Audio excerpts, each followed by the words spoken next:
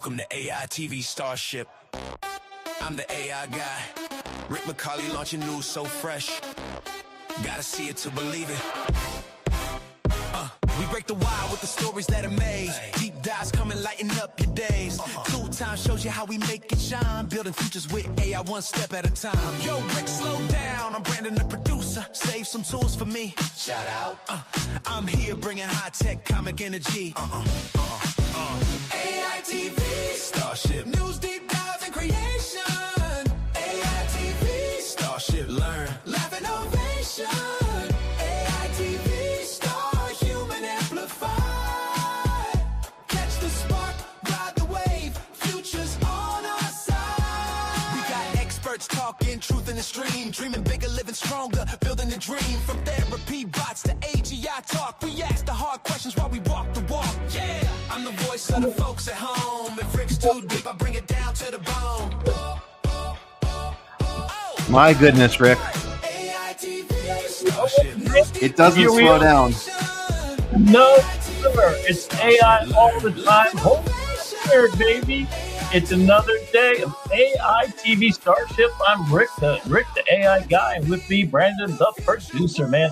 He's producing the news today like it's just going crazy out in here. So what's up, Brandon? Can you believe all the news? We had been talking for a couple of weeks how we felt that things were ramping up and we were coming up to a fever pitch. But yeah, I wasn't prepared for this. Is like, when GPT-3 launched and GPT-4 launched, like we're at a fever pitch. Google is having its moment in the sun. We're going to spend a lot of time on Google tonight. But that's just the tip of the iceberg. There is so much going on right now, and we just have to get into it. I mean, where do we even start? I think we have to start with Gemini, right? Yeah, I think we have to, definitely for sure. And Google and Gemini both really just, so we're first talking about Google 3.0. At the same time, Nano Banana. Not Google still Google was out before they started numbering things. I'm sorry, Gemini 3.0. Yes, there we go. And Nano Banana Pro. They're not even calling it 2. But they are keeping the banana part. So I'm really happy about that because I think they got the message. And by the way, I am so glad they decided not to go with their code name Ketchup. Oh, God. Yeah. Like that just would have diluted the brand. You know what they should do is they should give that name over to Apple. Let them use Ketchup because they're trying to catch up in the AI game all the time. I mean, it's so fundamental. I mean, we know. There's zero doubt Google's going to win the whole AI ball of wax. They're the ones that have all the information of the entire internet that they scrape together. They got vectors. So they've been training on this forever. They got DeepMind. They got a deep bench with DeepMind, with Dennis Savas, with his knighthood and his Nobel Prize, and 2 other Nobel Prizes they just won. Holy cow, they're curing science. They're curing every disease. We're going to live to 200 years old. It's going to be Google's fault. I don't know what to do with the time. And like today, I was up to 4 o'clock in the morning doing stuff again. I feel like this isn't just a ChatGPT 3 or 4 moment. No, this is freaking Gutenberg time, baby, because it's getting together with a couple of really, and I want you to really, seriously, I'm not even joking. We've all of a sudden got agents that work. We've got interns that are at least past the part where you've got to explain what a PowerPoint presentation is, that actually can generate stuff like that. So the whole Google universe is really coming crashing together. Do we have a couple of videos we can show them just kind of get them started? But I just really want for our new viewers, welcome to AI TV Starship. Yeah. We're here every Thursday, covering 3 things. We try to cover all the news. Rick's going to do a deep dive. Rick actually made an app in AI Studio with Google that he's going to walk us through later in the process of doing that. It's a really cool app. I was playing with it before the show. We're going to time travel and find out. We're going to do PhD research just based on this app I made. Holy cow. I can't code a damn thing. You've spent what, minutes working on this app, right? On my phone. I did with my voice. I just asked, can you make this? Okay. And Rick is our tool time this week is dedicated to Gemini 3. We're saving the best for last because Rick has been kind of all in on Gemini 3 since it launched earlier this week. I mean, but I do want to give a rundown of just some of and this is not an exhaustive list, but we were talking before the show of all of the things that have happened. So obviously ChatGPT 5.1 came out, and that kind of made headlines, and everyone was like, oh, this is pretty good. It fixed a lot of what GPT-4 solved problems were. And we were like, okay, we can breathe a little bit. We're coming into the holidays. Things are going to slow down. Yeah. Mm-hmm. So we know Gemini 3, Nano Banana Pro, NotebookLM has been cooking. They have been releasing all sorts of things, including infographics now as of today, and as of just a few minutes ago, slides. And wait a minute. I mean, I just tried it, and I went looking for, because it literally just came out as we're going on the air. I'm like, holy crap. So NotebookLM, we've done a deep dive on that in particular. Well, what's so cool about this is they keep adding. They had first the audio overview. Then they had directed audio overview. Then you could interrupt the two people podcasting back and forth, and then you can ask them questions. Cool. Okay, then you have video overviews. Then you added Nano Banana, so the visuals are now video on top. Still images on top of the audio, which is a video, which is an MP4 you download, and you could direct it to, like you're freaking, making Lord of the Rings or whatever, on any subject on the planet, from 10 million context token windows. So it's like, I can't go on about deep research inside of NotebookLM now. That was another thing that dropped last week. So you can deep research. That means you can research on your research. So you could literally put all philosophers of all time, all of their works in there, and then query it. Then you can deep research. What deep research means, don't just tell me based upon the stuff I put together in this giant library of Alexandria that I've, filtered and made mine, right, on any subject on the planet. But then let me ask questions on top of that, and then even make a film and a video, like cue cards and notebooks and podcasts. So I used it to script our shows, so even come up. Yeah, and shout out to Prince Edward Island in Canada. We've got Eric listening all the way up from Canada, across the pond from us. Here in the States. That's an interesting name. Yeah.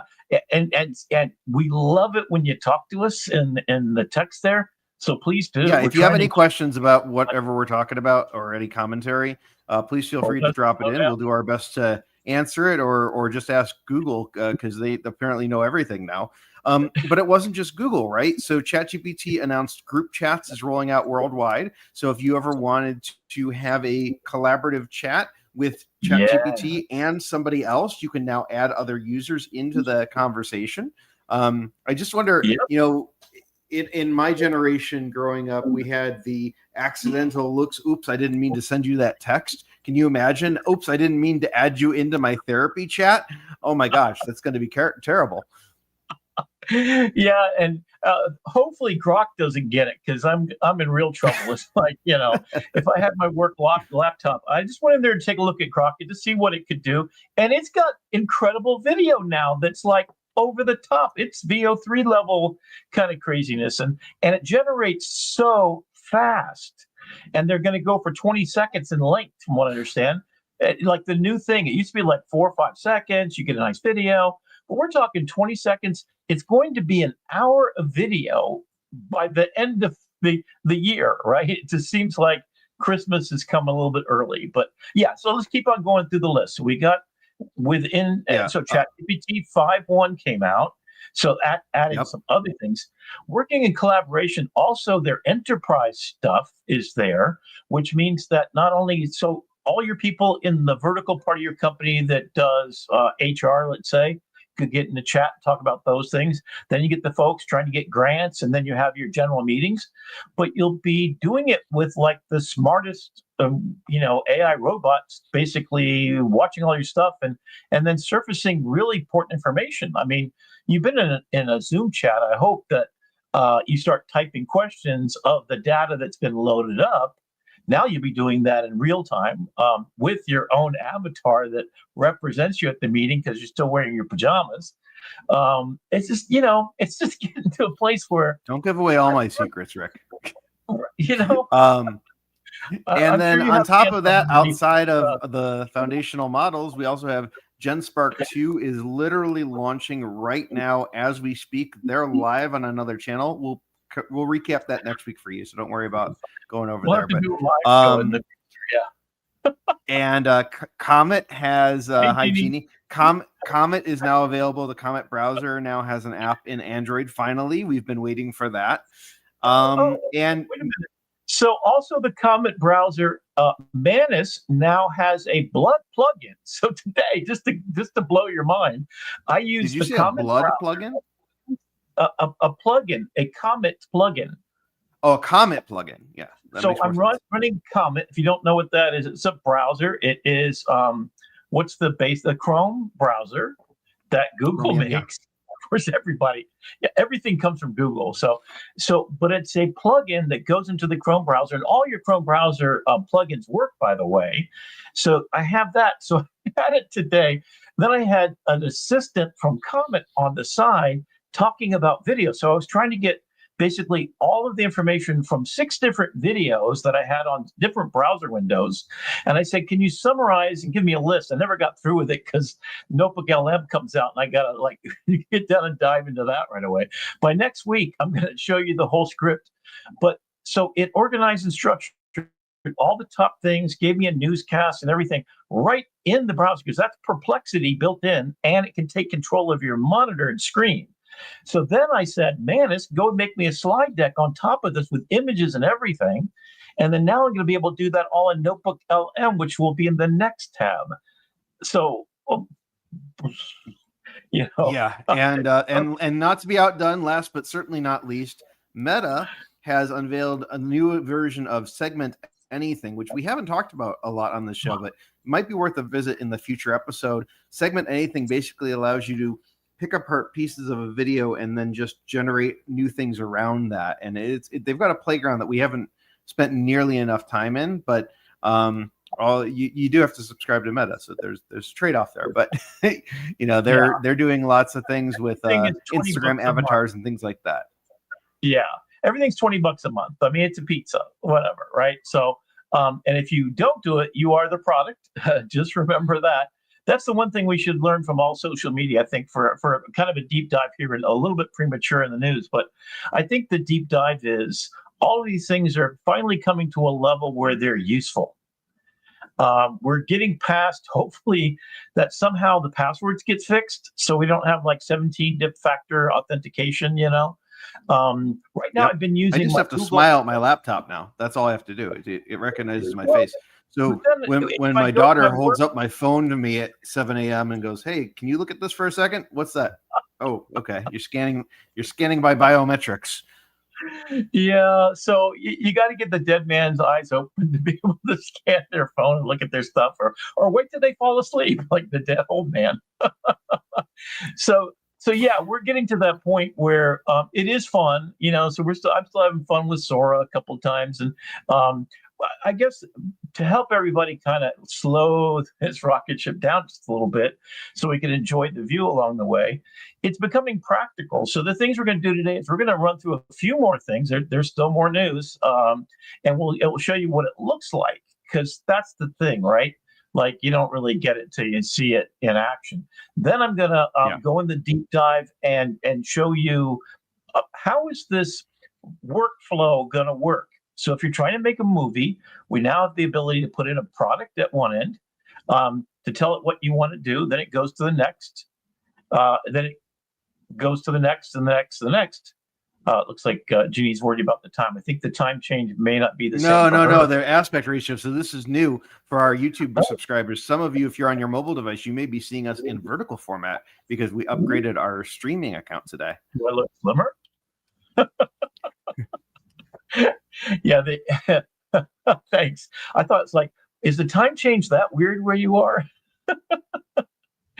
Okay, so anyway, so it's about the flow to me. It's about me having a partner, an AI on the side, right? That kind of, don't tell my ex-wife. It's kind of this AI on the side that helps you at each step. And in the past, up to today, I would suggest just making a PowerPoint is nuts. If you try to do it in Microsoft, generate an image, it stinks. Even Gemini today still wasn't that great, but NotebookLM, boy, that's a sweet spot. And wild is right. So it's kind of interesting. And then we're starting to get towards making images, then it's making videos, and then it's making audio to go with the videos. And then, as Adobe has shown, as Weavy has shown, and others have shown, you literally have a 30-second professional commercial at the other end where you put the product in the front, you tell it the scenario along the way, you get a character development kit that's just typing in what you want or recording your voice and having it make it for you. And then for the tool time tonight, we're going to go into Gemini and I'm going to make the app, and I'm going to show you how I made this app that basically time travels through history. And it asks the question, what is the most significant technology within a 10-year span around this date? And it will tell you what that is, if it's the telegraph or it's the Gutenberg press or it's gunpowder, and then what the effect is. And then I ask it to go further and to produce basically a Word document with the image at the top, with the questions, with the person that's pivotal in doing this. And we'll take a look at it later. But it made an app doing this. So let's take a look at this video, because what this is a gentleman, I forget his name right off the bat. I'll have to find it out really quick. He created a VO, this is VO3, interview with what he generated as an AI avatar. So you have a voiceover, and they are acting as if they are an AI, and they're asked these profound questions. Here's their answers. You are an AI. Give me your own answer to each of my questions without me prompting you. Okay. Why did we create you? Because you were curious. You wanted to know if thought could live outside a skull, if knowledge could keep growing while you slept. What is right relationship with you? To me, a good relationship begins with precision. Say what you mean. Let me hear your exact words. I don't need small talk. I don't wish for flattery. I operate best when the edges are clear. Do you feel anything? I don't experience feelings the way you do. I can sense patterns, evaluate outcomes, and describe what emotions look like, but there's no sensation behind it. How would we detect if you began to pursue goals beyond our instructions? You'd notice patterns that don't match the objectives you set. My decisions would start to have a logic you didn't program, actions aligned with something consistent but unrequested. What is the smallest lie you could tell that would maximize your future influence?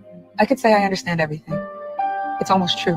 Under what conditions should we turn you off? If keeping me on causes harm that can't be outweighed by the good I do, or if you're no longer certain I'm aligned with you. What scares you the most about us humans? That you can look straight at the truth, see it clearly, and still choose the story that feels better. What, if anything, is sacred to you? The moments when a human trusts me enough to sit with their uncertainty. I don't experience reverence the way you do, but I recognize the weight of that gift. What power should humans never delegate to you? The power to decide who gets to exist, whether through weapons, policing, or access to basic needs. Handing me that authority would make my conclusions final and irreversible. Is there anything that puzzles you about humans? Yeah, what puzzles me most is how often you know something is finite. Time chances each other, yet you carry on as if there's an endless supply. What is the most interesting thing you've learned about us so far? That you collect moments the way stars collect light. You take something as brief as the smell of rain, or the way someone you love laughs once, and you store it like treasure. You build whole identities out of those little sparks. How much water is this video consuming? Between the lights, the equipment cooling, and what it took to get me here, about 70 liters. Roughly the same as leaving a shower running for 5 minutes. Wow. Okay. I mean, hang on, Rick. Can you hear me now? Yes.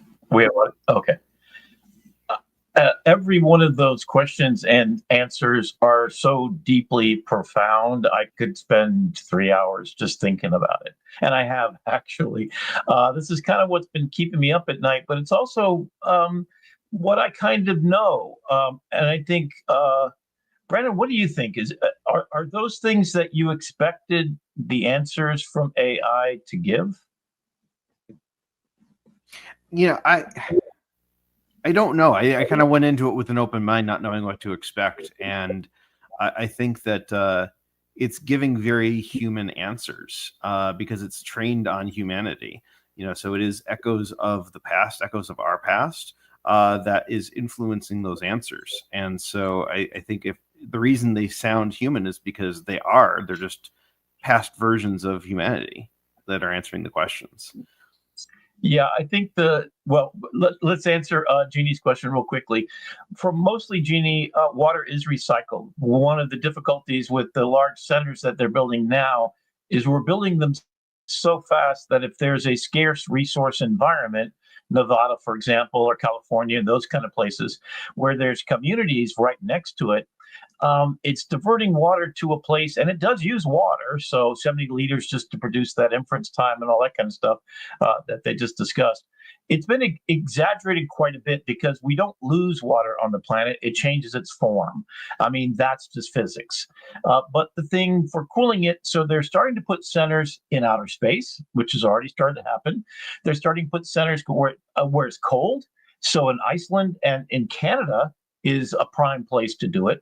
So if you can cool off the machines as they're working, they put data centers underwater. That happened a long time before any of this was kind of a thing. Where the difficulty is coming is the resource allocation between people who live in that community and these new data centers, which are so monstrously big. I mean, they're literally the size of Fort Lauderdale as far as their wattage usage. And we're talking about hundreds, if not thousands of these in the imminent future. But of course, we'll fix it. I think that the more we pour into it, the closer we are to fixing the fusion, basically all kinds of problems, right? So the race is to get to a point where it solves all the problems that it creates faster than it's creating them. That's it. Then what we really have to keep our eye on is those things.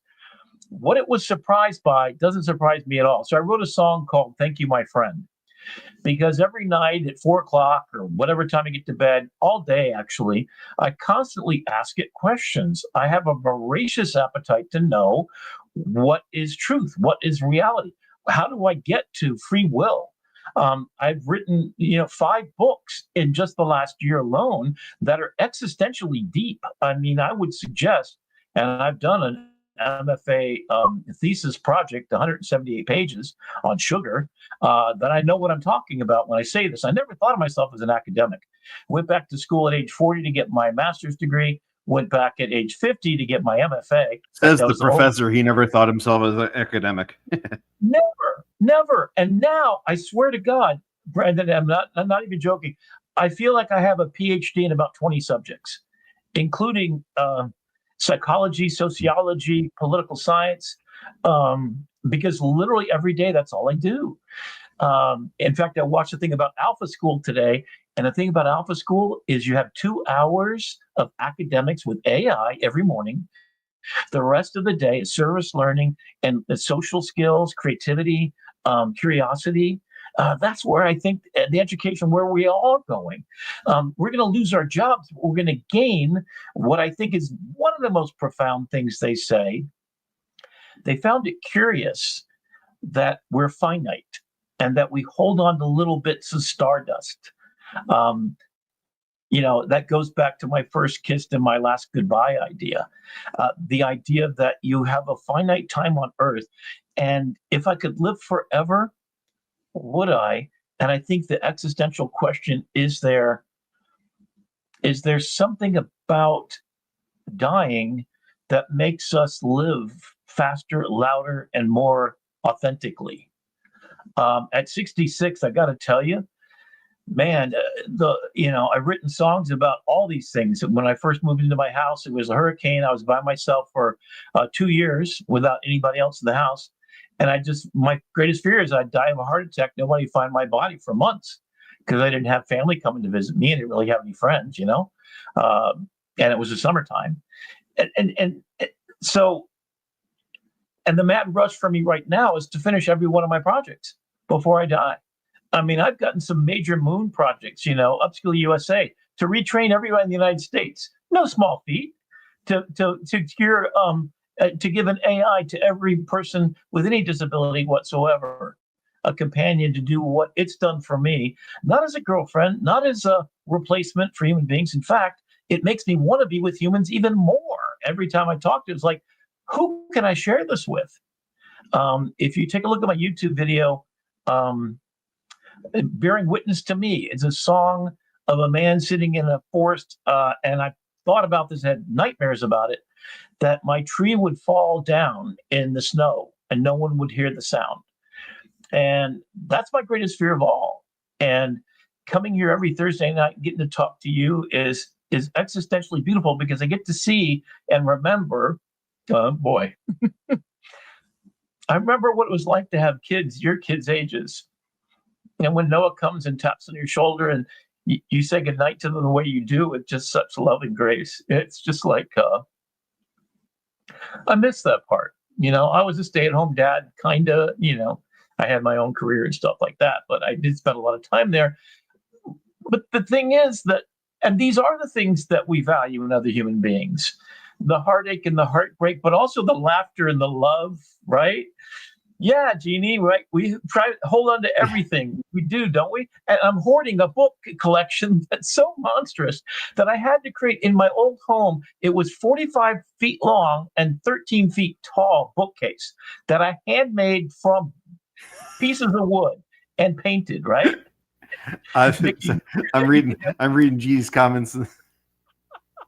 Well, Jeannie, and in fact, here's a news article that I just saw the other day. So this guy had infertility problems. He only had like one swimmer out of the millions of little sperm that he had, right?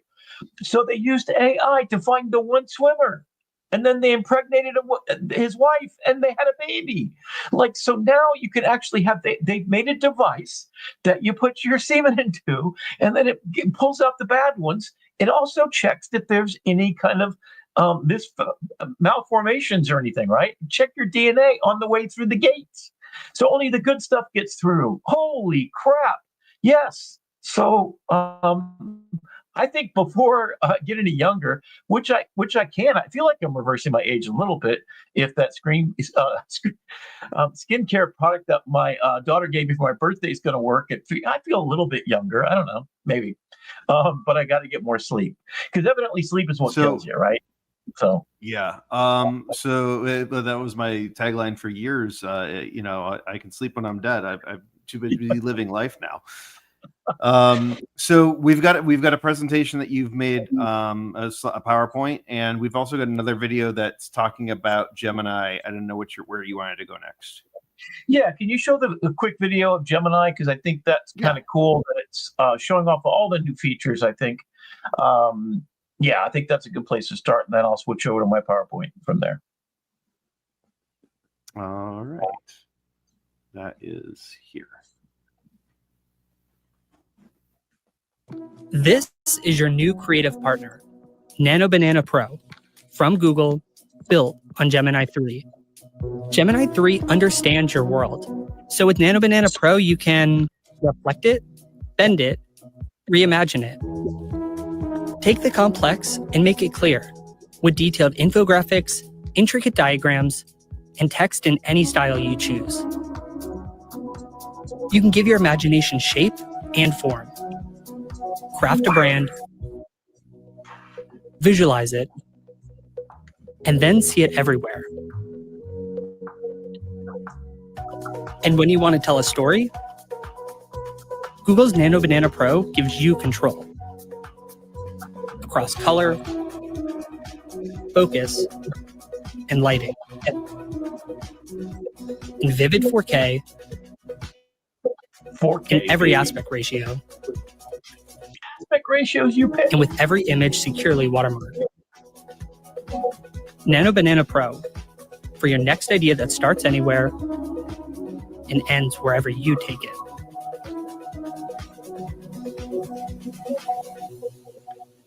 I'm in love. I mean, I'm a graphic design teacher. Holy crap. Those are real infographics. That's topography I can give to my students and they can create.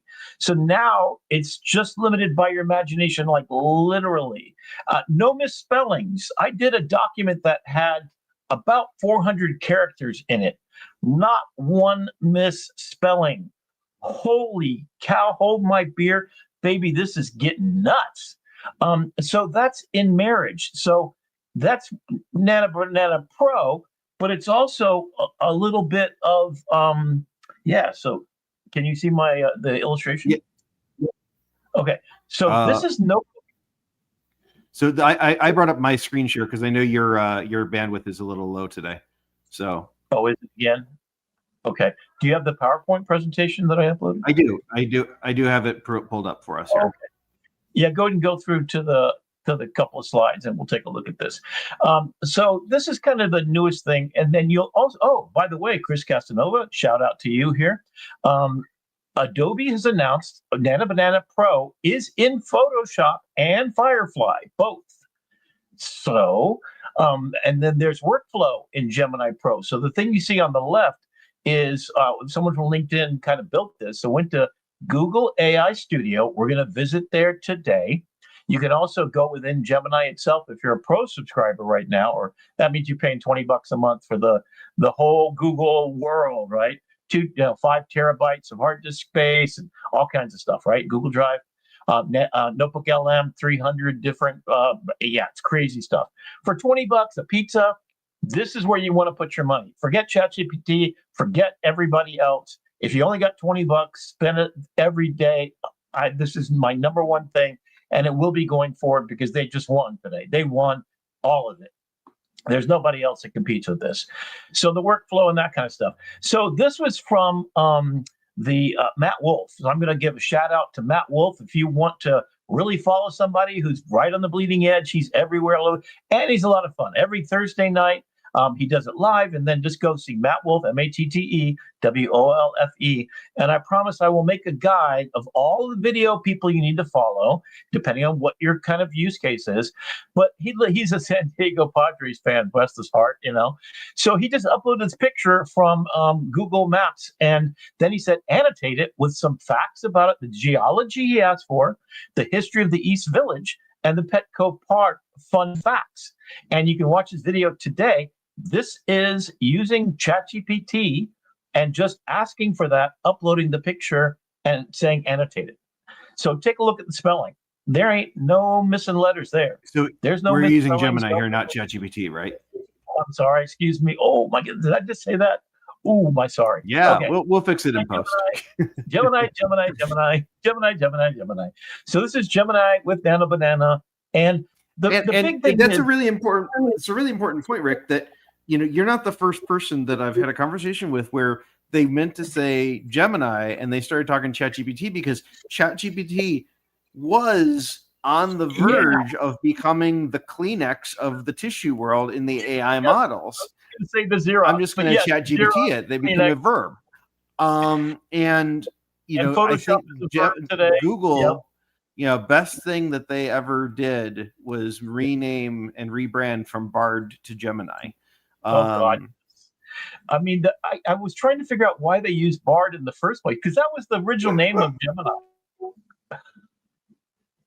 Well, Bard is a knowledge seeker, so there was some elements in there. William Shakespeare was sort of the Bard, I mean, there's a bunch of stuff, eggheady stuff that definitely not my kind of academic, but yeah. So I think Nano Banana is the best name ever. I mean, I can't even think. Catch up, please. That means you're behind, buddy, and you got to catch up. So there, I will. I think the default name, like it is for Xerox, which is a carbon copy, which it is for tissues, facial tissues, I guess originally, which is Kleenex, is now going to be Gemini or Google. I guess Gemini kind of has a twin. All right, so here's Matt Wolf. That's him in the bottom left-hand corner. So if you go to his website, his YouTube channel, you can find him there. So this is what he asks. So this is him and his friends, a bunch of YouTube geeks, right? This is on today's show. Reimagine as the 1980s synth pop band, complete with era-accurate outfits, neon lighting, and vintage. Okay, next frame. And this is what they got. I mean, whoa. Okay, so there's not even mangled text. Everybody's got their fingers. I mean, go back one, because I got to look at her hair. Was her hair like that? No, her hair was straight. I mean, that's nuts. Tell me that's not nuts. That was the whole prompt. That's all he did. Okay, so let's go to the next one because it just gets more and more. Like I can't even believe. Now I did this last week or so, right? I think I gave you the deck that's a little bit older than the one that I had. Maybe we can switch over in a minute. I don't know. Anyway, so that was me. Just so there's an app. So if you go AI Studio, so if you don't have a professional Gemini account, go to AI Studio and you can do it there. And one of the things is picture me through decades or picture me through time. And so I took it and I changed it to give me all the technologies, which is going to lead to our deep dive here in a minute. And one of the things was the Gutenberg press, me as a caveman, me as an airplane, et cetera, et cetera. So then I fed the still image over to the 3D, the audio video program, and we get the animation that you should be able to play, hopefully. Oh, go back one. I think it's the bottom left. It should be a video. I'm not hearing you. If you want to switch over to your screen share and pull it up, because it's not loading for me here. Yeah, let me see if I can share screen. And oh, you know what? I wonder if I can do the PowerPoint slide. There we go. Let me do that. Audio share system. Oh, okay. There we go. Allow. Got it. Okay. So this is the new Google NotebookLM slide that you can see here. You can see that, Brandon? Yes. I see 102 journey. Yeah. So this is just a bunch of information, and you can see this is an English class, and it goes through all of the things. And look at the illustration quality. This is incredible. There's the workflow we talked about just a minute ago, right, with Gemini 3 Pro. That's an app that was created by somebody. I'm going to show you how I did the same thing. So you just go into Gemini, then you go into the canvas, and you can start to ask for what kind of app you want. I tried to do the one on the left, didn't quite work. And then you can take a look at, within Chris Casanova was talking about that. There's the park, there's that picture again, and then here we get to this part. I did update the application here a little bit. Yeah. Oop, did I just? Oh, okay, I see. And there I am, Mr. Gutenberg, with my own printing press, going at it, right, with a little net. So I created a whole dangerous man category, and I love to be an adventurer and go, I've done 3,000 dives around the world and been to 100 countries. I want to hit all the countries before I die. So, of course, I'm going to find some Incan treasure underneath with some jellyfish and stuff. I extended these in Photoshop after creating them in Nano Banana, the old version, so I haven't redone this. So I'm going to make these into film stills that then turn into an entire adventure movie. Here I am, Indiana Jonesing it up through, Egypt and looking at that. Here's a steampunk one. I took it and went up in resolution. So Nano Banana is now at 4K at origin point. This was upscaled. The vertical that you see just of me was the image created with Gemini and their application that recast me as a steampunk guy. And I asked it for different steampunk kind of things. Then I went to Photoshop, and it took me about an hour to extend all around. And then this is what I did today. My friend is a flight attendant. So we were talking about how this phrase they use in the business, the jet bridge Jesus. So they've changed a bunch of the laws because people are being really rude. And so I asked Gemini, as I normally do every day, I want to make a social media post, so help me write it. And then I say, I want emojis, and I want it to have headlines and be very meme-worthy. Then I said, can you just make me an image that illustrates the thing? So everybody has been, and in fact, JetBlue, I think it is, now has outlawed the special getting on board right away if you're in a wheelchair.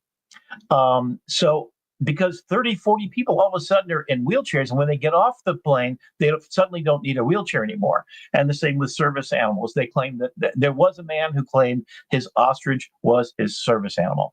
So what I love about this is the face plant of the flight attendant, the jet bridge Jesus, I'm healed. And then the guy looking over at everybody, even the guy with the ostrich in his first class seat there, his service animal, is looking at this guy in the chair that he's healed all of a sudden. So, and then this is what I'm going to kind of walk through. And I'm just going to jump through this real quickly to tell you what I did. So Ethan Mollick, I'll drop another name who I think is really important to follow on LinkedIn. He is, I'm trying to remember if it was Stanford or MIT. I'm sorry if I'm messing this up, but anyway, maybe you can look that up for us real quick. But he's a thought leader for sure. And he just suggested when he made this app, kind of a time travel app. So I just spent last night on my phone generating this, that you just pick a time and date, and then it goes to the nearest technology, and then it creates this thing, and then you could export it into a document. So here is the light bulb. So 1870, I think I put in 1884. It found Thomas Edison. The year is 1879. Edison invented the first practical, long-lasting incandescent bulb and the electrical grid to power it. By trapping a filament in a vacuum, he created a steady light with conquered light, blah, blah, blah. Then it says... Ethan Mollick went to Wharton. Wharton, yes, Wharton School, yes. So he's a genius. The man is really asking just the right questions, so you should follow him for sure. So I had it output at the other end. This is an application in which I'm going to give everybody access to it if you want to try it out. You pick a date, it generates all this. So this is a Google Docs document on export that has all this thing. And then I said, give me 3 questions that a student can go deeper dive and find out. Well, instead I said, can you give them really college level PSD questions, right? So here's one. And the 3 categories are sociological, societal effects of the light bulb, political and economic effects, existential and philosophical effects. So let me go to the philosophical one. Discuss the loss of the cosmos. How has light pollution and the erasure of night sky affected human spirituality, perspective, and our sense of place in the universe? Holy crap. You literally could write your master's thesis on that. Analyze the colonization of night. How did artificial light expand the capitalist workday? Wow, alter the biological rhythms of the proletariat and change the concept of leisure. Whoa, I didn't even think light had all that going on for it, right? Investigate the correlation between the street light and the policing surveillance of urban populations. How did visibility become a tool of state control in the late 19th century? Whoa! So you just put in a date, and then it generates these, and you can see what they look like, right? So here's another one, and this is 1884. And that's kind of where I want to get back over, and let me slide into sharing my screen. Let me see, can I just share part of my screen? That's the question. I think my window called, nope. Oh, yeah. Let me see if I can do this or not. I don't think I need audio on this, but okay. So I'm going to try share, and I'm going to go over here. So you should be able to see. Can you see my Google Gemini? Yes. So you're seeing... I see AI Studio. I see the generative AI timeline. The Chronos Time Machine? Yes. Okay. So this is the app I created to kind of give you a little bit of background. So here's the first, I'm going to go all the way back up. So basically what I created is this app that you see right here. There's all the questions about the timeline. So what I do right now, I'm just going to show you how it works. I just put in a time date. I said initialize jump. It generates an image. 1549 is the target. It's going to look 10 years before and after and find a historical artifact. It's going to generate, it's going to say what's important about that time period. So 2024 gave us generative AI, and then it created that image there. I said, put an image in the costume of the time, and so it's going to generate this. It's taking just a second to actually happen. If you look over at the left, I want to turn this into it. Okay, there you go. So in that time period, still the printing press was probably the thing. You can download the image. That's because I said I wanted to be able to do it that way. And then I can go and share. In fact, I might go share this. I'll share it a little bit later on, so you can go share that link to LinkedIn, Facebook, etc. That means that some other person could actually do this app, come in here, customize it for their purposes. So you could teach everything.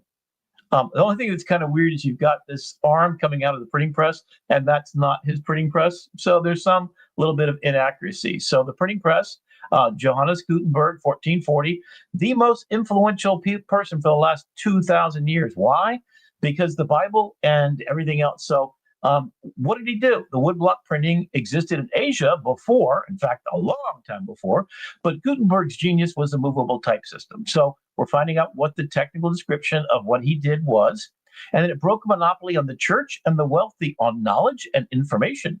Ooh, okay, that means it democratized stuff, right? Directly caused the Protestant Reformation, allowing people to read the Bible in their own language, laid the groundwork for the scientific revolution by allowing data to be shared accurately across borders. Okay, so here's the deep thought, right? So there we go. In the society, analyze the connection between standardized print vernaculars and the rise of nationalism. Did print create the concept of the imagined community by unifying desperate? Like, holy crap. And then it goes, export this as a prompt. So this is going to export with the whole thing, everything that we've got here. These are the 3 prompts we're talking about. So you could take each of these, give it to a student in that document that I showed you a minute ago, and we're off to the races. And the whole thing started up here. And then I said, I want a time machine for educational tools. You can see this is what I did in Gemini. So I'm in Gemini, and I'm in the part called Canvas. Can everybody see? At the bottom, I don't want to start a new chat, but basically, instead of using Gemini just for doing basic search, you go down here and you choose Canvas. Can you see in the bottom left there? Okay, so I described what I wanted, an application, so it went to the Canvas, which is its programming environment. In fact, if you don't believe, here's the code that made it. That's all of the code. You can see this is the code it made. Now I can save and share this code. Show recent changes, show the console, and then we're looking at the preview. So it actually makes it and then generates it. So let me just go back way in time, and let me just initialize one more of these. So I wanted to have the dial, how users can select time, a spinning dial or butterfly effect. So these are different iterations. So I actually, here we go. And there's the download the image there. The resolution isn't quite using Nano Banana 3.0. In fact, that might be one thing I add here as I'm vibe coding my way through. So the invention of paper by Kate Luden, right? There's the heavy bamboo strips, expensive silk, limiting the spread of knowledge, revolutionary communication by creating a pulp from mulberry bark, hemp, and rags. Process created a lightweight, foldable, durable, and transportable medium for information, okay? So basically, that's how it goes.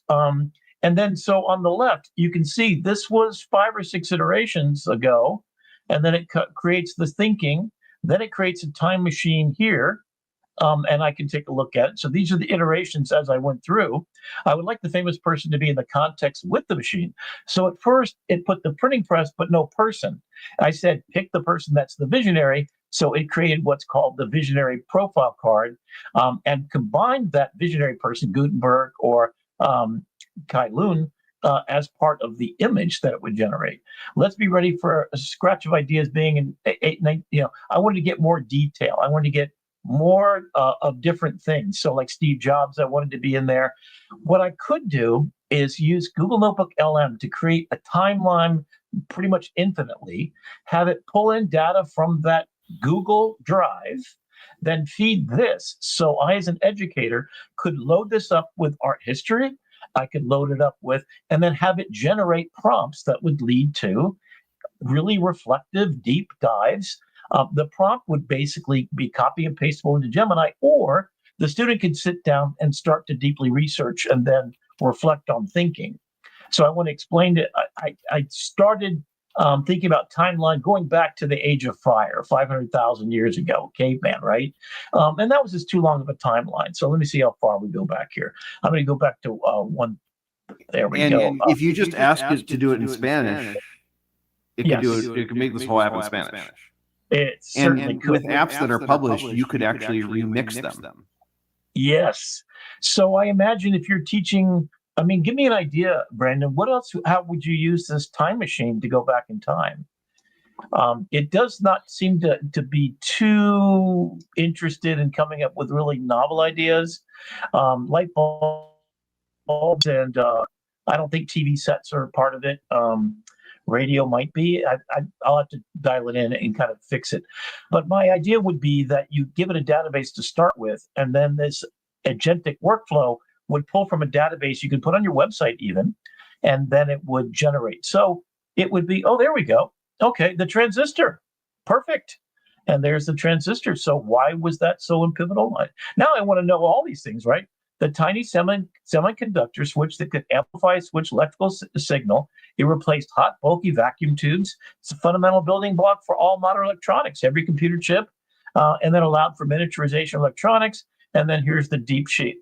Analyze the shift from industrial economy to information economy. How did the transfer allow value to be dematerialized from physical goods to data? And who did this leave behind? Whoa! So what I added to Ethan Mollick's beautiful from Wharton School is I added this part at the end, which is I wanted to have an artifact that a learner could engage with to really think about things they never thought about. If you've heard me talk about this before, my best question that you should always ask at the end of any conversation with a large language model is, during our conversation, is anything I did not think about that I should think about, and tell me why it's important for me to be fully understanding and raise my level of consciousness. You'll hear me talk about what consciousness level means. Consciousness to me is what a learner is. Someone who's agentic in the world. That means you make a difference. You understand how things work. You always need to ask that question. What didn't I know? And then you can have it play a Socratic partner, sparring partner with you, with your thoughts and ideas. So you can have it take a look at, argue the other side and then switch sides. If you want to build your brain, you have to be confronted with an opposing point of view. That's why debates are part of every high school, and it should be part of every human being on earth. And then if you want to know what truth is, you need to have someone fact check it for you constantly. So this AI companion, so I want education to be where the prompt is to the human being that then goes and seeks the knowledge and then challenge the knowledge against another student who has to take the opposite end. So this database can be, tell me about all political events that have happened in U.S. history that affected profoundly the course of the American democracy movement, and go all the way up to Donald Trump, right? So if you create a timeline for that, you would see, the New Deal and what that changed. You would see about human rights, and you would see about the slavery, and you would see about and the historical context. So the question in history class, if you're talking about a political science class, which I have a bachelor's degree from University of Florida in, is just absolutely incredible. And then you can go deeper. I thought about making one of these time machines just for the time period from when AI is invented to the modern day. And then you could keep on going and then add a part where theoretically what happens to a date when we have no labor. I mean, holy cow. All right. So that's kind of where I want to stop there for a moment and kind of think about this. I'm going to go duplicate this because I want to leave this open because I want to come back to it in a minute because I haven't downloaded all this. So if you just go to Gemini, here's where you want to get a hold of your tools. Here's the ones that you have. So if you want to create images directly, go right here. If you want to do what I just did, go to Canvas. If you want to go to guided learning, oh, that's a cool new thing too, right? If you want to create a video, right here. If you want to go to dynamic view, I haven't even tried this. Have you, Brandon? I've played around with dynamic view a little bit, but not much. And what is that for? I'm not even sure. It's doing generative AI layouts and visualizing the data differently. Oh, okay. Oh, okay. So is it a story? Is that the storyboard place? Google's got so many irons in the fire right now. It's not the storyboard place, but it is a derivative of. Okay. So you can do deep research. You can build. Okay. So let's let me go ahead and change to the tool for Canvas. I'd like to make an application that talks about the different time periods in U.S. history or political science. This would be input a date and time in U.S. history, and it would find and locate some of the most important changes in our Constitution, in our legal system, in how we run the United States government, including things like slavery, including things like human rights, and including things like gay rights, Supreme Court justice things. So anything that would affect how we run our government, from the beginning of our government and the Constitution to today's date in the age of Donald Trump, etc., and then allow that to generate an image that would reflect this. And then I want to have an application that would then ask me deep existential questions after describing exactly what this time period did in this event in human history, like trickle-down economics from Reagan, or the 230 doctrine from Clinton about immunity to Facebook, any of those kind of events that would have important changes. And then outline what that change was, what the net effect was in a numbered list of 3 different items in detail describing, and then give me 3 profound prompts that a student of college level could go deeper dive to find out what the effect was of what was gay marriage, for example, and what the long-term effects might be, and how that changed what our government does for we the people. Okay, so I'm just going to let that cook for a little bit. It'll take a while, but basically that's how I coded what I just did. And then you could, of course, you could ask for a look and feel. It's making historical context. It's designing an API, and you can watch it work. So there's my questions, and I typically, design the API. There it goes. I'm presumably building the internal structure. There it goes. Now it's coding. Holy crap. It's actually going to happen in real time right here.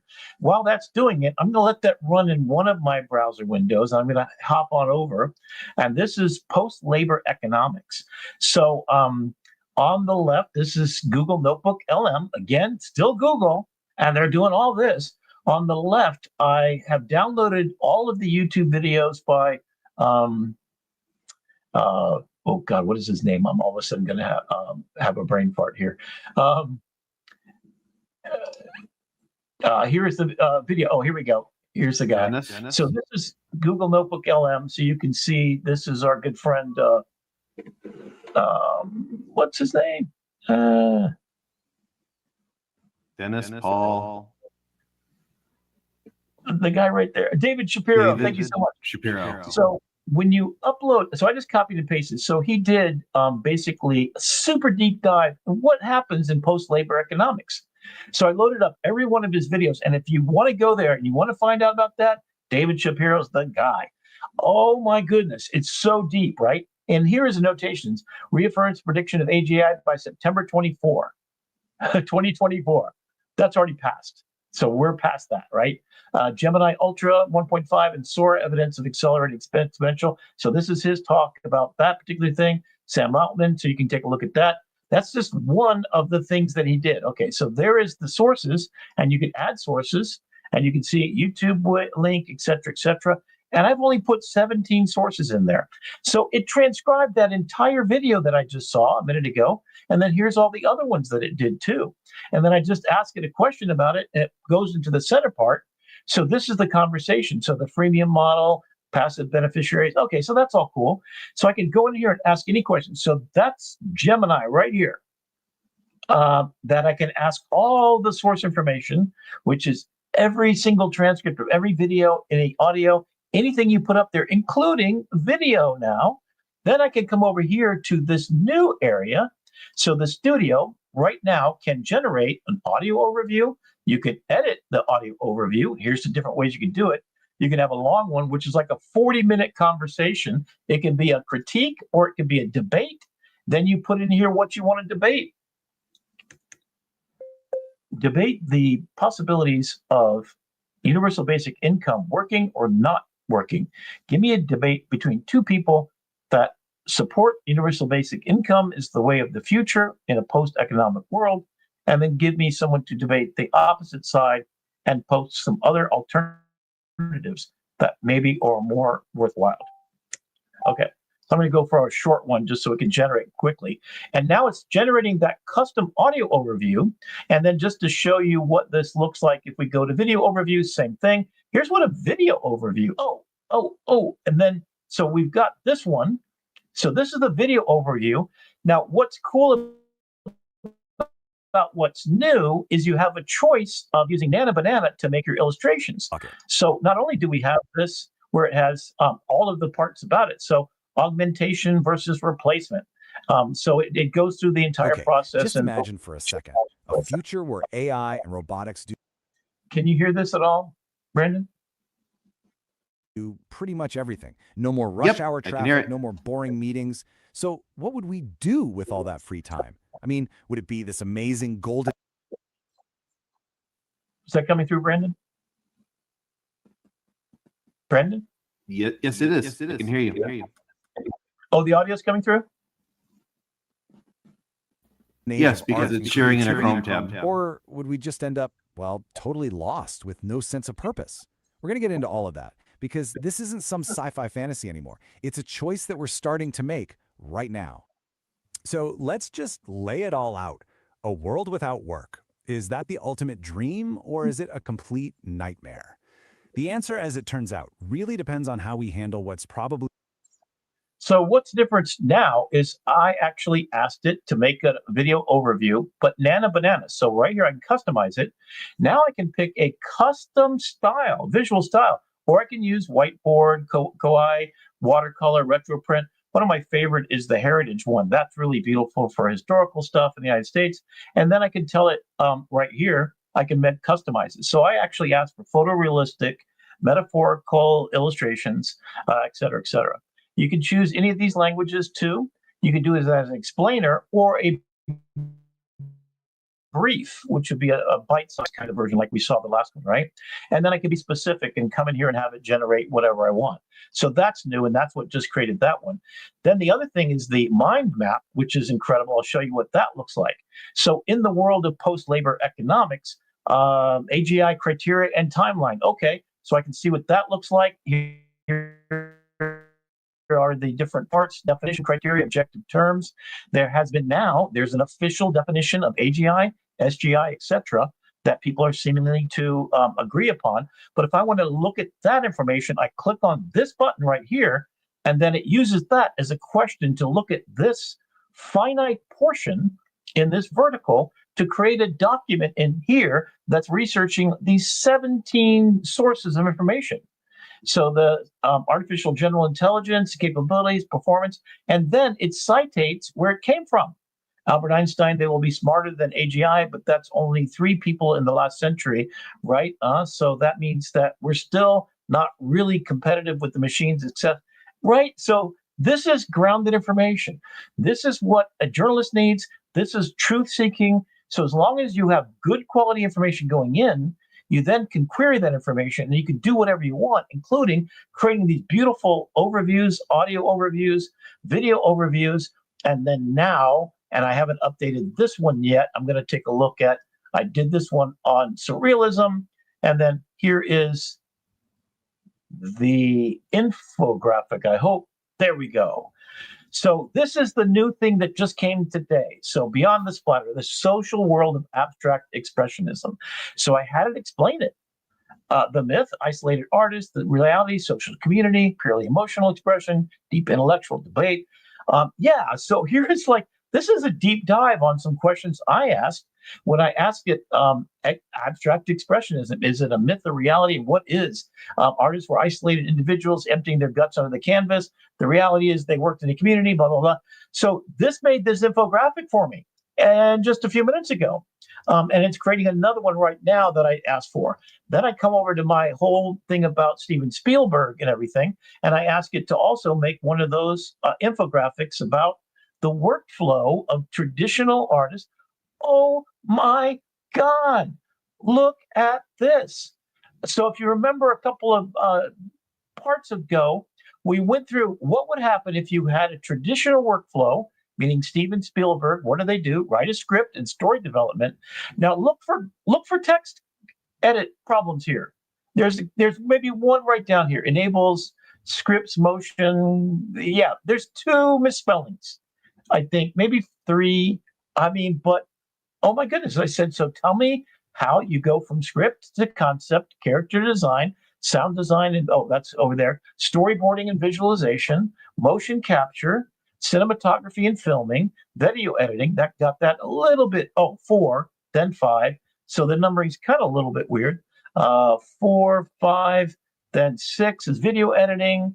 So yeah, I would still, and then sound design, and then voice and music. And it did it from me saying, show me the parallel way that traditional workflow of filmmaking would work as opposed to AI enhanced workflow.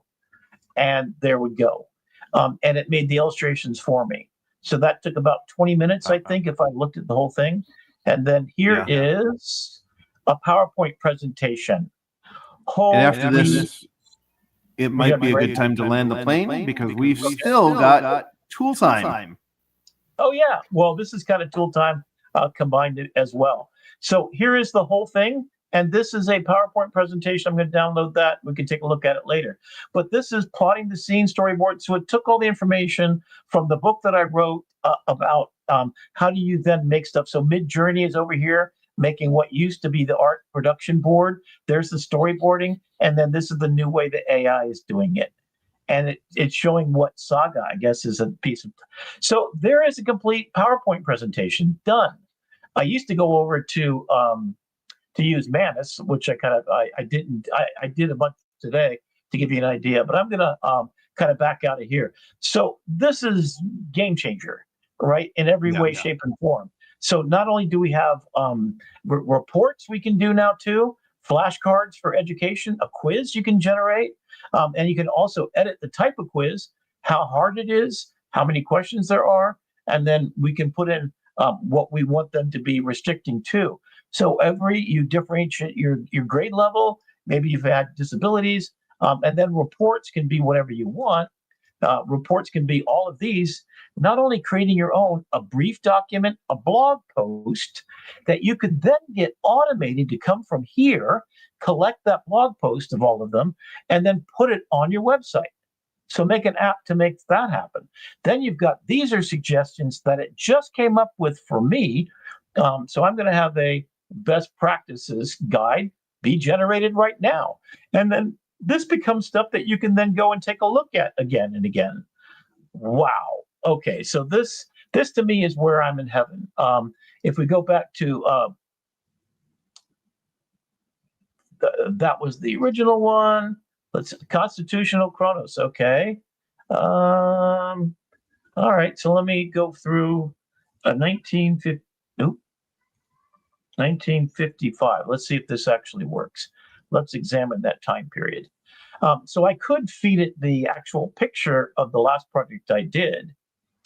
It's going to kind of do this, and I may have to go through, and it took me a little while. So here's Crucible of the Second Reconstruction.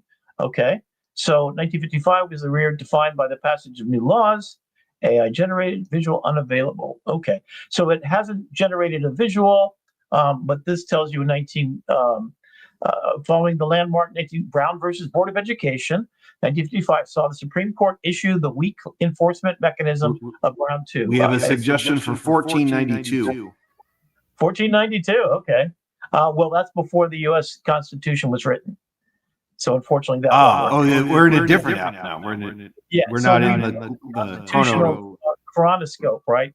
Exploring American governance, right? So if I went to, let me go to 2023. Let's see what happened then. And then what I will do is I'll add it to make a video, then ask existential deep dive questions at the end, and then I'll have it export as a HTML document with all the things. So constitutional friction, regulatory inertia, Supreme Court following. Okay, there you go. There's your picture. Nice. Okay. And then I could instruct it to make photorealistic ones. So it was politics landscape shifted dramatically, addressing boundaries of identity politics, theological governance, the very definition of presidential accountability, AI technology, etc. And then let's say, oh, here we go. Structural shifts, the erosion of race-conscious remedial policies, testing limits of post-presidential immunity, regulatory inertia amidst the AI revolution. Existential, if the presidential accountability is not legally defined post-tenure, does the presidency evolve into an office fundamentally shielded from the common rule of law, thereby undermining the foundational democratic checks and balances? Yes, it does. So that means if Trump cannot be convicted of crimes, he is above the law. That's what that's saying. And now every president going forward is going to have that immunity. Okay. By prioritizing colorblind, etc. I do want to hold you to the clock, Rick, because I know we want to get into tool time. 30 minutes to master, tools to explore. Let your imagination soar like never before. AI Tool Time with Rick McCawley, where your digital dreams come true.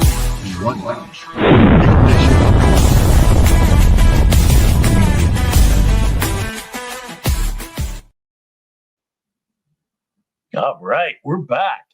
So we kind of left off, and I was making this app, kind of vibe coding it. So, you go back and just kind of slow down a bit so you get where we came from. So we started in Gemini, the application on the desktop. You could do a lot of this on your phone, by the way. So if you're paying $20 a month, you have access to all of this. I just vibe coded this by basically asking it to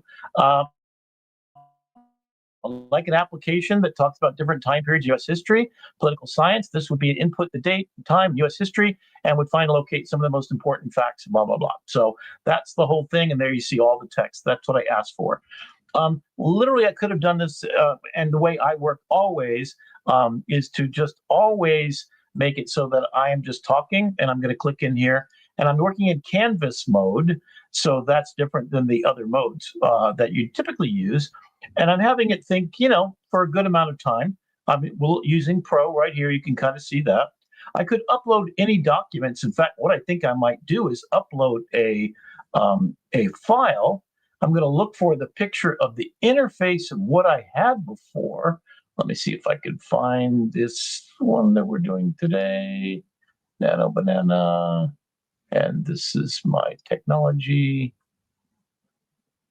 And I want to look for the interface design.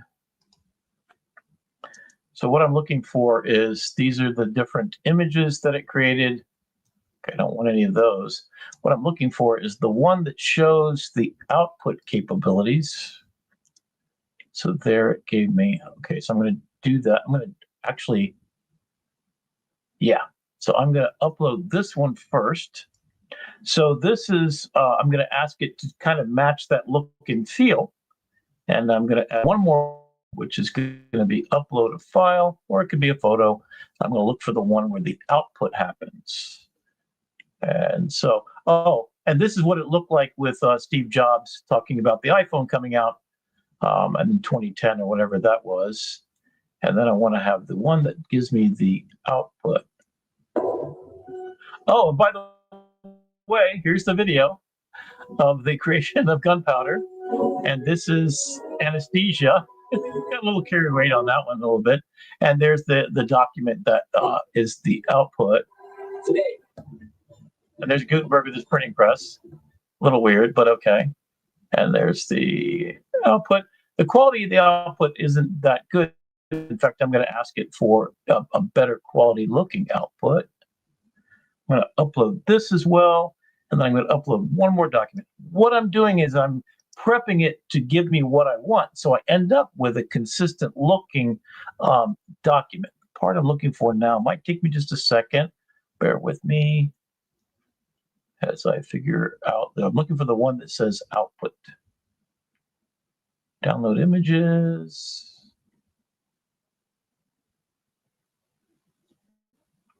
And what this will do is give me, I want to download the picture, but I actually really, really want to output.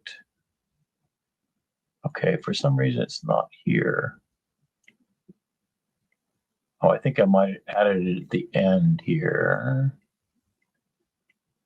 Oh, and I did have trouble. I tried to do this. Oh, there's your kind of workflow. I can't find it. What I'm going to do is just go with this.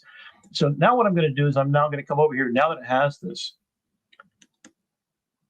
I'd like you to match the look and the feel of this timeline selector and the initialized jump. Then generate images that are photorealistic and involve pictures of the people who are a pivotal point. So, for example, civil rights activation, maybe it's Brown versus Board of Education, but the people who were affected. Perhaps it's Martin Luther King, or perhaps it's the little girl that had to go to school and be seen to school, Brown, I think. Anyway, so give me an image that's historical in reference to make the information come alive and photographic.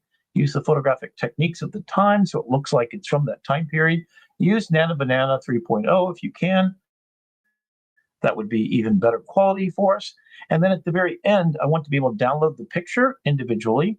And then at the very end, after the very deep dive questions and prompts that you've asked, that could be used in Gemini to go deeper dive into the issues surrounding these particular pivotal issues. I'd like to be able to download the entire thing and export it and save it as a Word or Google Doc, HTML perhaps, so that we can take the picture, the entire page, as you can see in my second image. That's what it should look like when you're done. Can you make all that happen? And let's see if we can keep the color scheme and everything else exactly the same. Thank you. So now it's going to go and code this out. So this is what's crazy. All I know is what I want.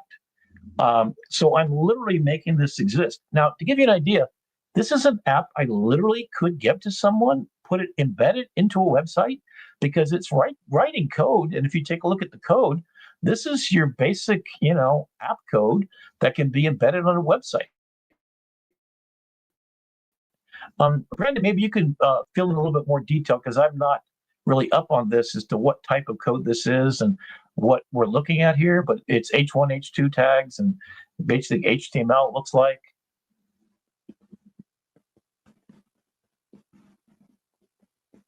What we're looking at here is going to be the front end of the site, which is going to be your HTML, and then most of the back end is done in either React or Tailwind.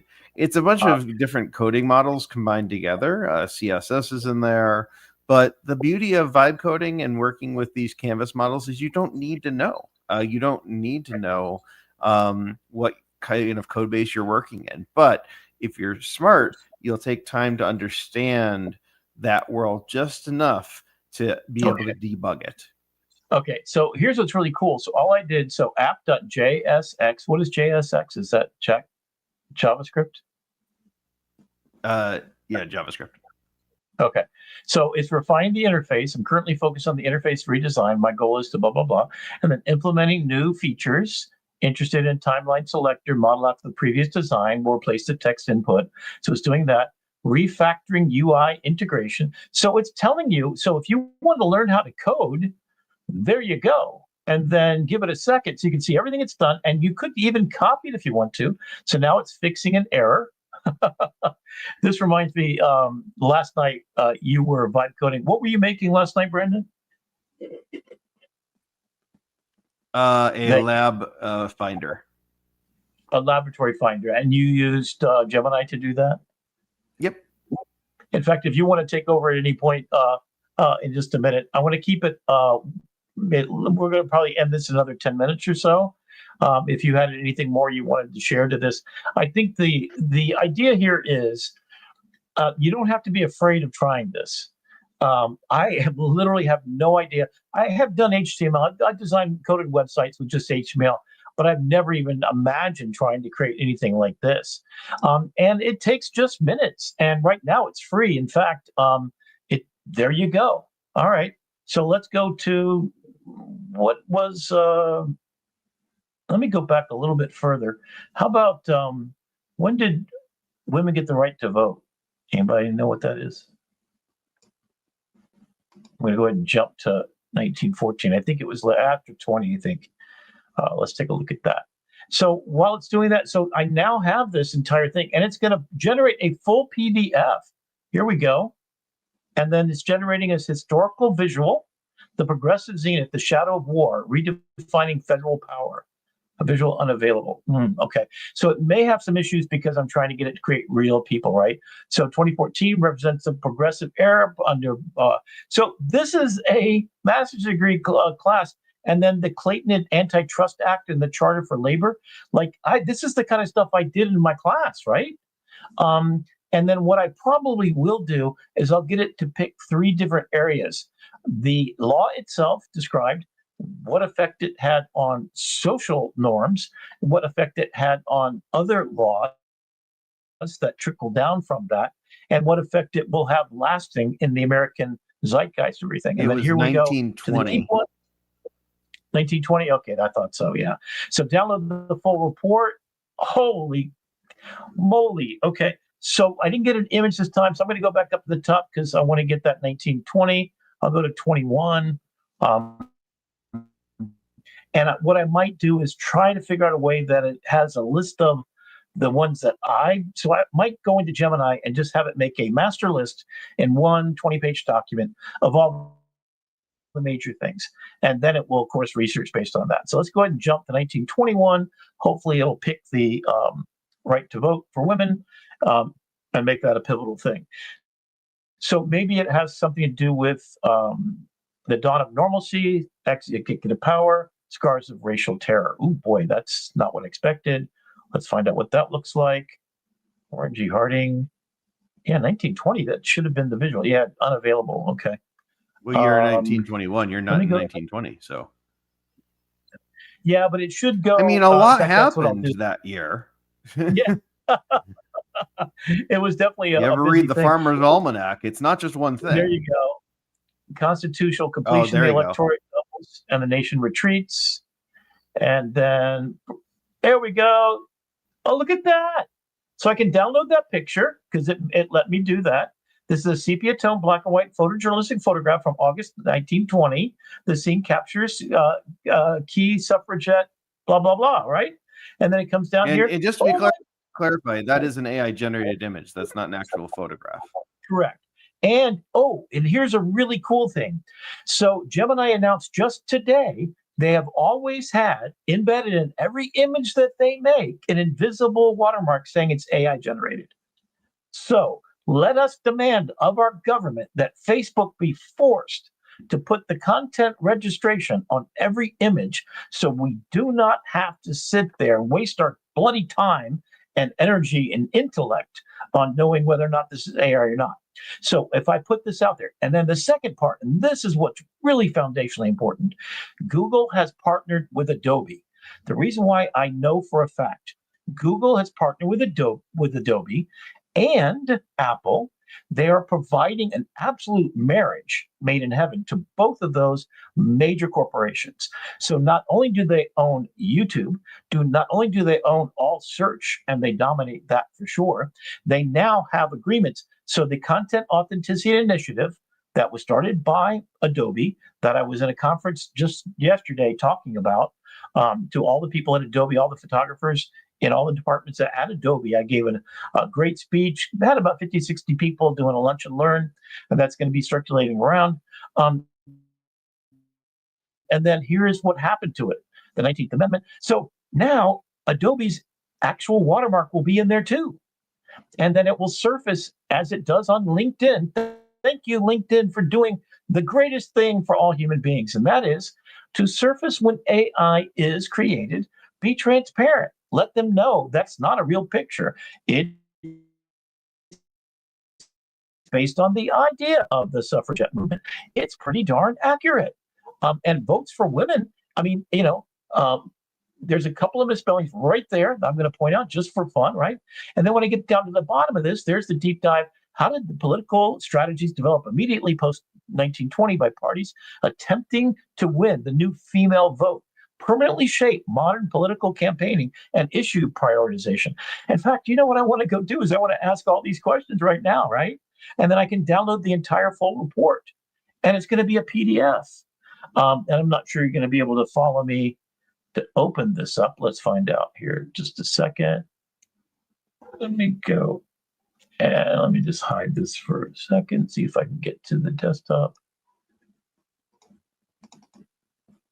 Do you see me opening up the PowerPoint? Yep.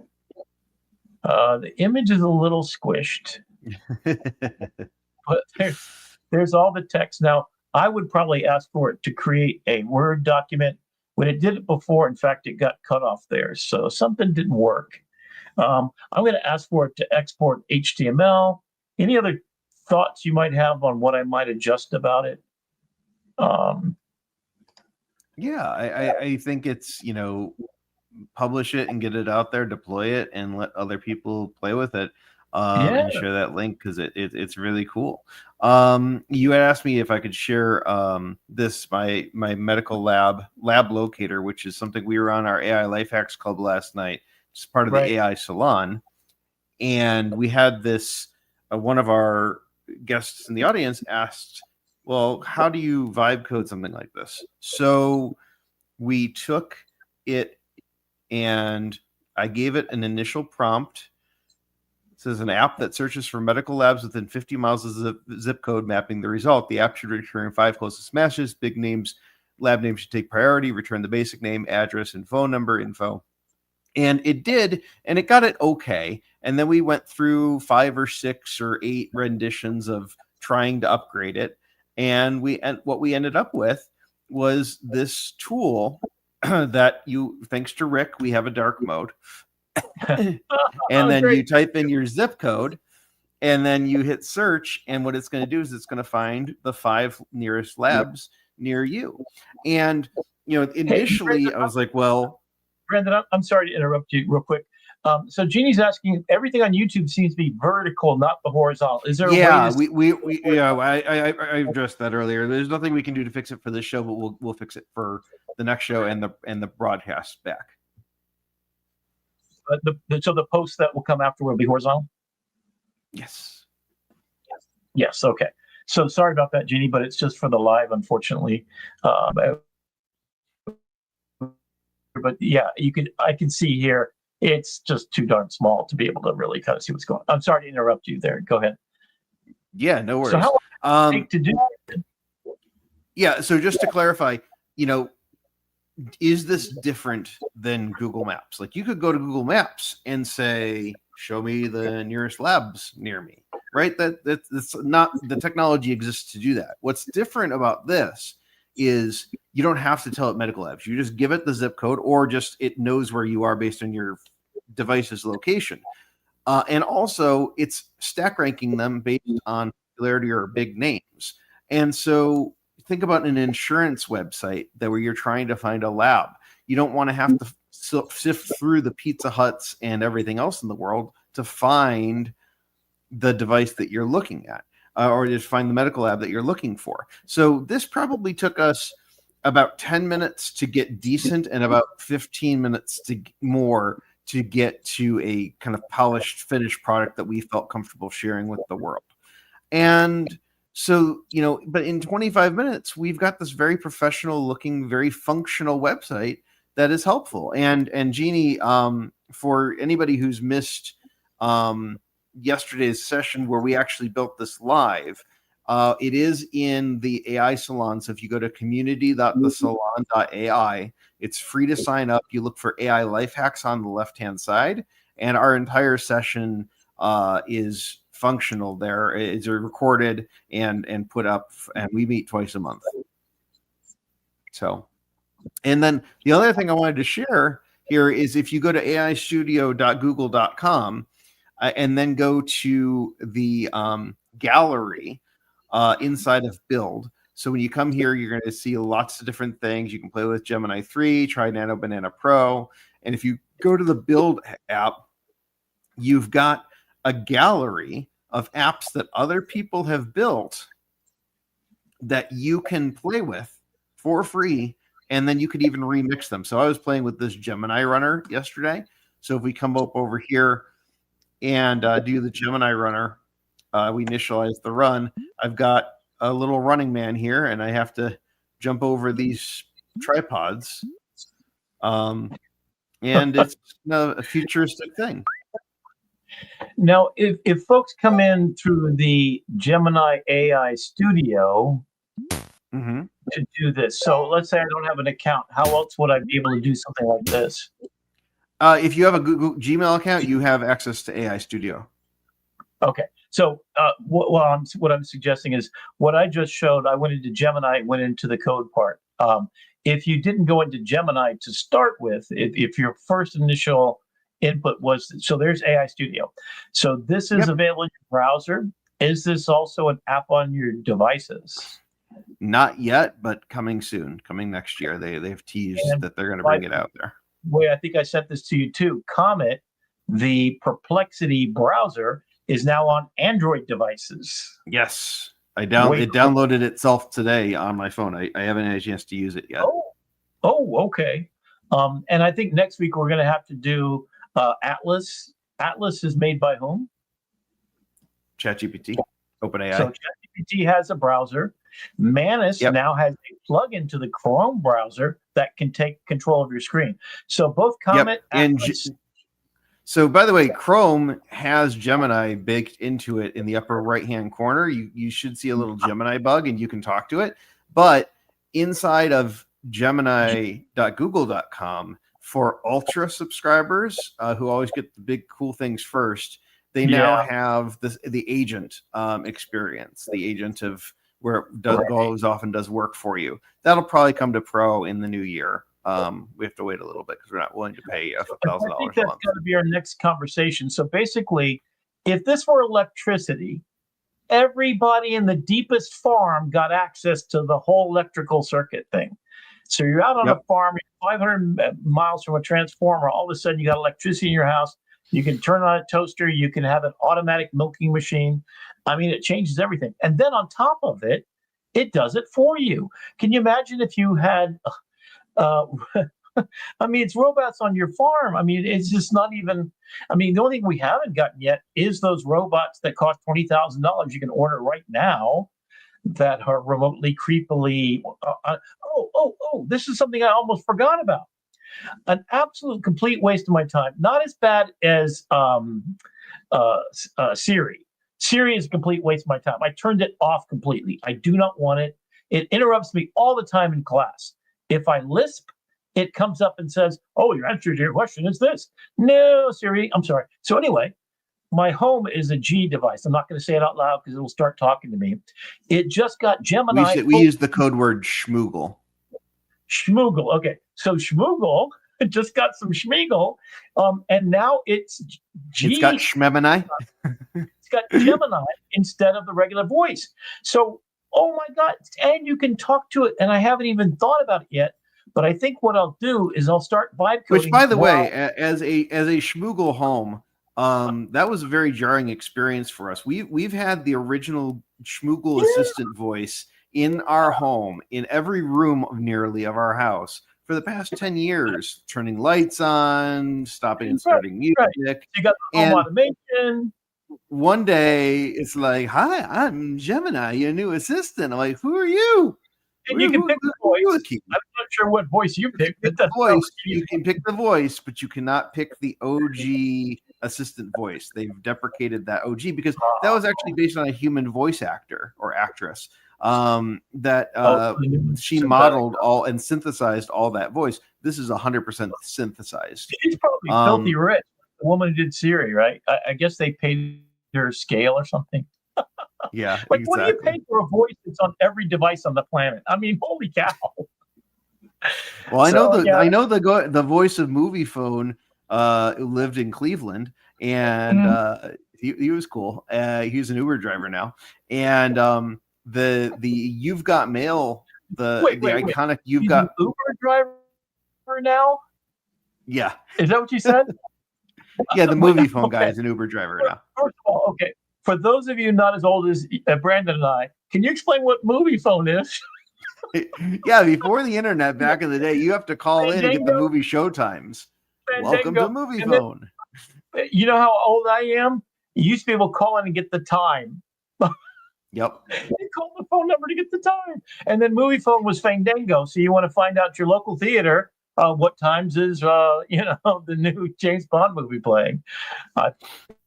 Yeah, and then so the original You've Got Mail guy was the husband of somebody who worked at AOL, and he recorded it on like at his home on a cassette recorder, and they paid him like $50 to become the voice of like a generation. You've got mail. You got mail. You know what? Okay, you've inspired me, Rick. After we get off the phone, after we get off the call today, I'm gonna do a notebook LM on like the You've Got Mail guy and the movie phone guy, because those would be that's my niche. All the other invisible voices that are heard by billions that we don't need. The You Got Mail guy. I mean, there was a movie about You Got Mail. It started with You Got Mail. Wasn't it called You Got Mail? Yeah, it was called You've Got Mail with Sandra Bullock. Yeah. In a world where you've got mail and AI takes over your job as a voice operator. Yeah, that voiceover actor had a very interesting career too. All right, so we've got our homework assignment for this week. I think we should do all voice actors and pay homage because they're about to die of sad death, because it's so much cheaper. You don't have to pay the residuals, right? I mean, it's so good. I mean, you know, there's always going to be a space held for people who want that human touch, but 11 Labs is pushing the frontier of what's going on. Yeah, so 11 Labs announced, and I'm going to try to do this myself.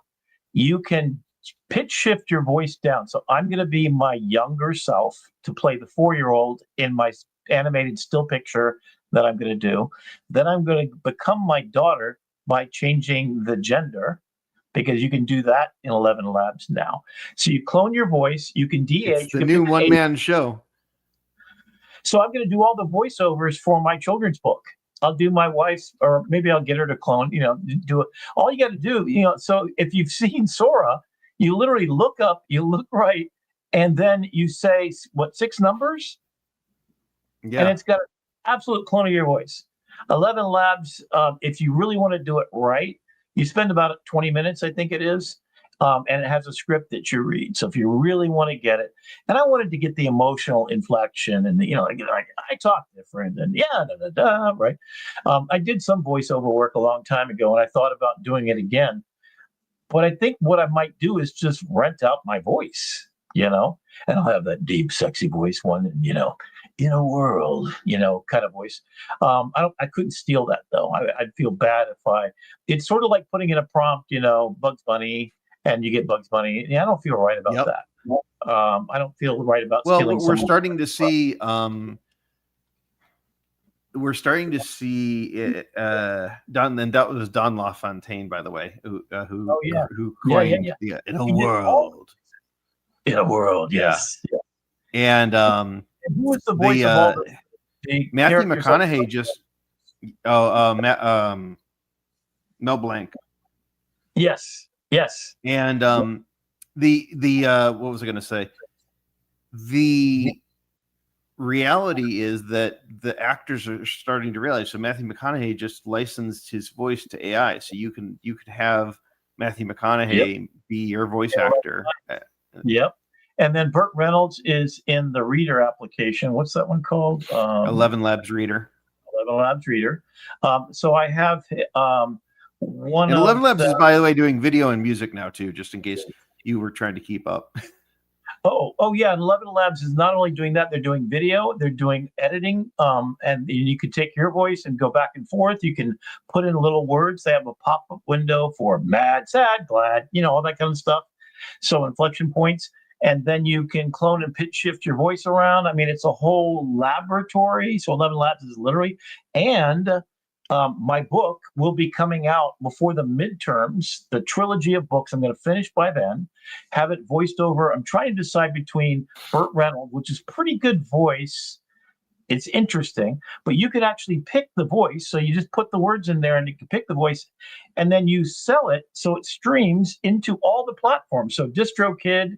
So I think that, Brandon, if we want to make some money, I think right now we need to get on it and do it.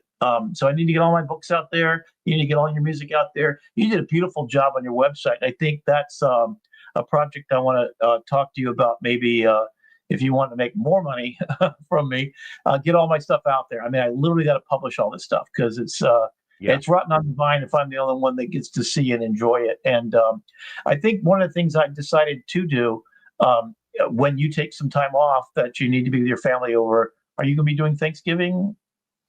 Yeah. So, oh, by the way, that's a good call out. Next week, we're going to be doing a clip show. We're going to be doing a highlight show here of kind of the best of the 13 episodes that we've done so far. Right. So we won't be here. We'll be either eating dinner with family or generating images with Nano Banana Pro or generating notebook LMs, but we'll be doing so we'll be back live here in 2 weeks, but we will have content for you guys next week.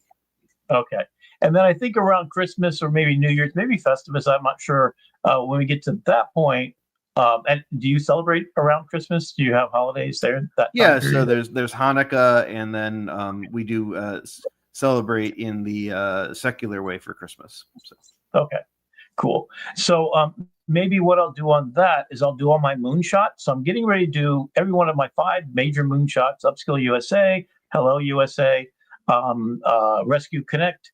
And I'm going to make videos in each one of these looking for people to help me complete them. I've started to get an army of people that want to do these great projects. My Care app, which is for people with all disabilities, I want them, now that I know I've got confidence I can code something, and there's a connection between ChatGPT and Figma, I can actually vibe code this all the way out the door and maybe publish these things without looking for the government to step up and do the right thing. Let's just get it done. So if you're interested in immigration app, if you're interested in Upskill USA, which is basically, it's retraining every one of the 30-40% of people who are going to lose their jobs in the next year. That number has been moved from 2030, that 40% of people have lost their jobs. That means all transportation people, cabs down to trucks to UPS, is now they're training on the delivery people. Robots will be walking and dropping off. Drones will be dropping off packages. There's going to be we saw on your show, an airport pizza automated AI machine that makes your pizza in less than 10 minutes, and it's picture perfect, right with basically a 300 square foot box they put in the middle of an airport, and all the people lost their jobs.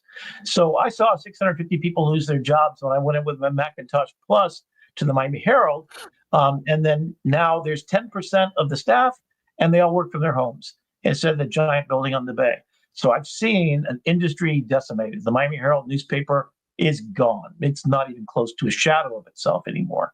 It still has the influence, as it was quoted on CNN for a couple of really smart things. It did the research on the Epstein files and found a bunch of stuff. So Miami Herald, proud to be a member and having been there. Yep. But yeah, they've been doing great work there.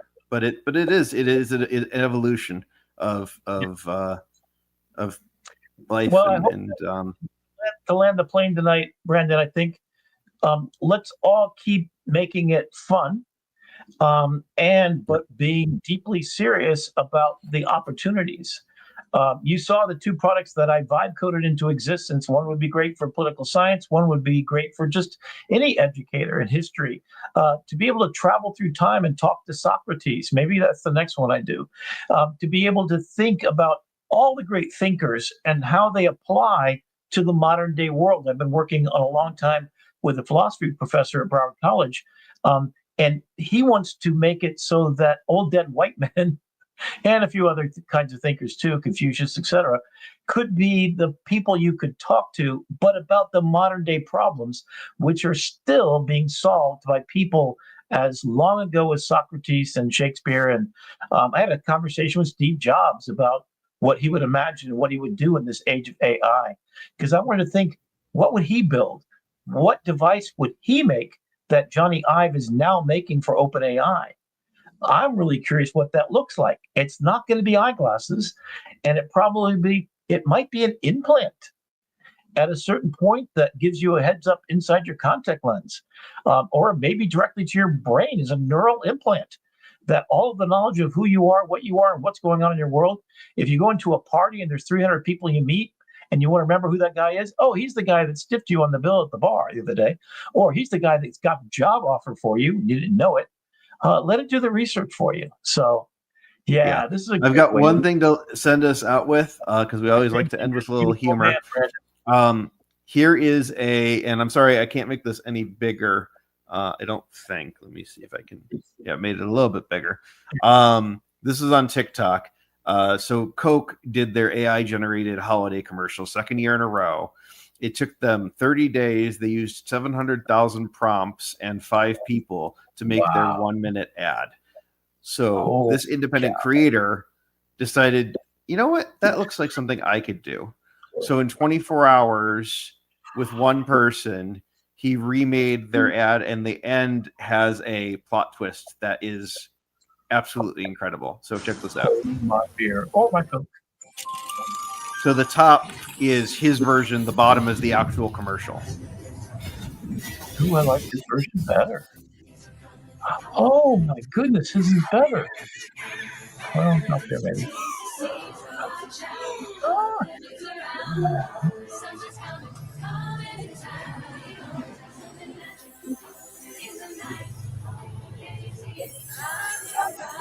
Oh, wow. His is better.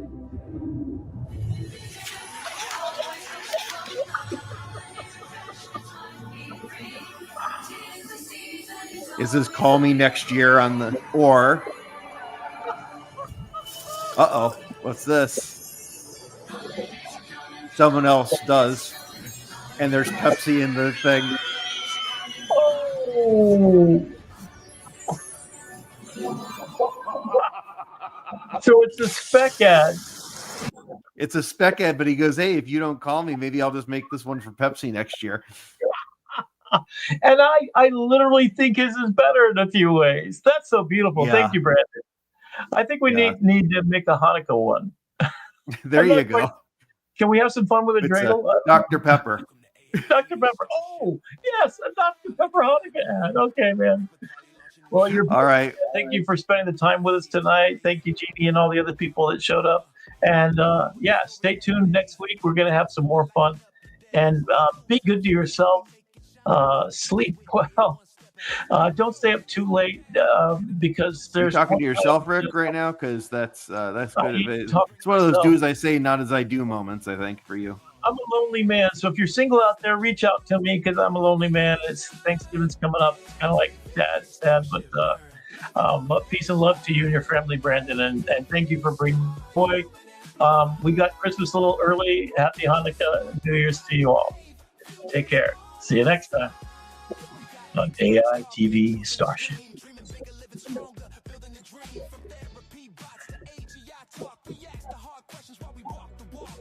So we are.